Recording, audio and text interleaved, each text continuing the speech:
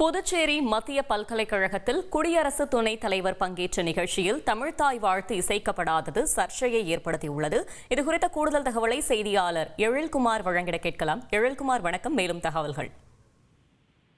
புதுச்சேரிக்கு 3 நாள் அரசுமுறை பயணமாக குடியரசு துணைத் தலைவர் ஜெகதீப் தன்கர் வந்துள்ளார். இதனிடையே புதுச்சேரியில் உள்ள பல்வேறு அரசு சார்ந்த நிகழ்ச்சிகளில் கலந்து கொண்ட அவர் இன்று புதுச்சேரி மத்திய பல்கலைக்கழகத்தில் மாணவர்கள் மற்றும் பேராசிரியர் ஆகியோருடன் கலந்துரையாடினார். இந்த நிகழ்ச்சியில் துணைநிலை ஆளுநர் கைலாஷ்நாதன், முதலமைச்சர் ரங்கசாமி, சபாநாயகர் செல்வம், அமைச்சர்கள் உள்ளிட்டோர் பங்கேற்றனர். இதனிடையே நேற்று மத்திய அரசு நிறுவனமான ஜிப்மர் மருத்துவக் கல்லூரியில் குடியரசு துணைத் தலைவர் பங்கேற்ற நிகழ்ச்சியில் தமிழ்த்தாய் வாழ்த்து பாடப்பட்டது. இதேபோல் தேசிய கீதமும் பாடப்பட்டது.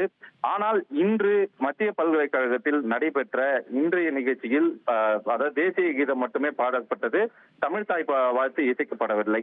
மேலும் நிகழ்ச்சி முடிந்த பின்னரும் தேசிய கீதம் மட்டுமே பாடப்பட்டது, தமிழ்த்தாய் வாழ்த்து இசைக்கப்படவில்லை.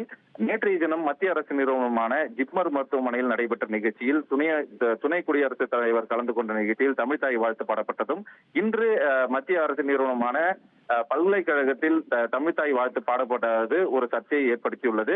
இதனிடையே 3 நாள் பயணமாக புதுச்சேரி வந்த துணை குடியரசுத் தலைவர் ஜெகதீப் தன்கர் பல்வேறு நிகழ்ச்சிகளை முடித்துக் கொண்டு புதுச்சேரி விமான நிலையத்திலிருந்து ஹெலிகாப்டர் மூலம் சென்னை புறப்பட்டு சென்றார். சென்னையிலிருந்து விமானம் மூலம் அவர் டெல்லிக்கு செல்ல உள்ளார் என்பது குறிப்பிடத்தக்கது. தகவல்களுக்கு நன்றி எழில்குமார். தந்தி டிவியை உங்கள் கேபிள் டிவி ஆபரேட்டரிடம் இலவசமாக கேட்டு பெறுங்கள்.